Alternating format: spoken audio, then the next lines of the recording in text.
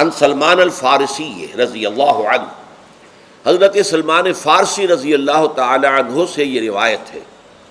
حضرت سلمان آپ کو معلوم ہے کہ ایران میں پیدا ہوئے، اور ان کے والد جو ہیں وہ آتش کدے کے بڑے ذمہ دار آدمی تھے، لیکن ان کو نفرت پیدا ہوئی کہ یہ آگ ہم خود جلاتے ہیں، ایندھن اس میں نہ ڈالیں تو بجھ جاتی ہے، ہم کیسے اس کے سامنے ہاتھ جوڑ کر کھڑے ہو جائیں، اس سے دعائیں مانگیں۔ بہرحال اس بنا پر جو بھی چپقلش ہوئی، تو جیسے حضرت ابراہیم علیہ السلام کو ان کے والد نے گھر سے نکال دیا تھا، انہیں بھی گھر سے نکلنا پڑا۔ جیسے حضرت ابراہیم نے پھر ہجرت کی تھی اور وہ عراق سے جو ہے شام کی طرف منتقل ہوئے تھے، تو یہ ایران سے شام کی طرف منتقل ہوئے۔ وہاں جا کر انہوں نے عیسائیت کا مذہب اختیار کیا، راہبوں کے پاس رہے۔ آخری راہب جس کے پاس تھے زیر تربیت و تعلیم تھے، تو جب اس کے انتقال کا وقت آیا تو انہوں نے کہا کہ مجھے تو ابھی تشفی نہیں ہوئی پورے طور سے، آپ نے بہت کچھ سکھایا ہے، بہت کچھ سمجھایا ہے، اور میں نے آپ سے بہت کچھ فیض حاصل کیا ہے، لیکن ابھی تو مجھے تشفی نہیں ہوئی۔ اب آپ کا انتقال ہو رہا ہے، میں آپ کے بعد کس کے پاس جاؤں؟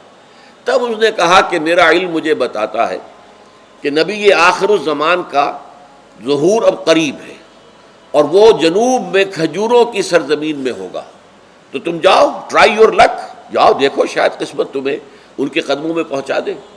تو وہ وہاں سے روانہ ہوئے ایک قافلے کے ساتھ۔ قافلے پر ڈاکوؤں نے حملہ کیا، انہیں پکڑ کر غلام بنا لیا، غلام بنا کر بیچ دیا۔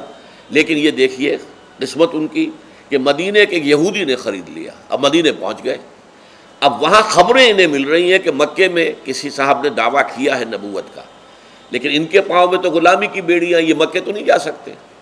تو میں کہا کرتا ہوں کہ یہ اس شخص کی قسمت ہے کہ جیسے ہم کہتے ہیں کہ پیاسا کنویں کے پاس جایا کرتا ہے، کنواں تو پیاسے کے پاس نہیں آتا، لیکن یہاں کیا ہوا، کنواں چل کر پیاسے کے پاس پہنچا ہے۔ محمد الرسول اللہ صلی اللہ علیہ وسلم ہجرت فرما کر مدینے تشریف لے آئے۔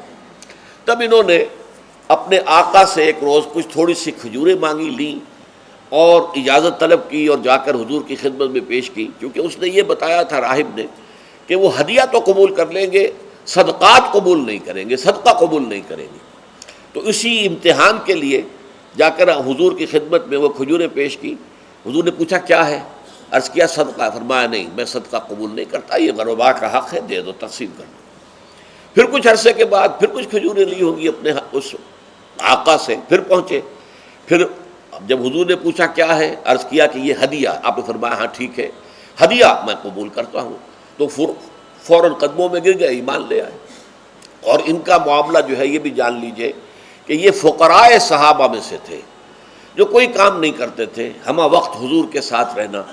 اور اس اعتبار سے حضور نے ان کے بارے میں یہ بھی کہا ہے کہ سلمان منا من اہل البیت، سلمان جو ہے وہ ہمارے اہل بیت میں شامل ہے، رضی اللہ تعالی عنہ۔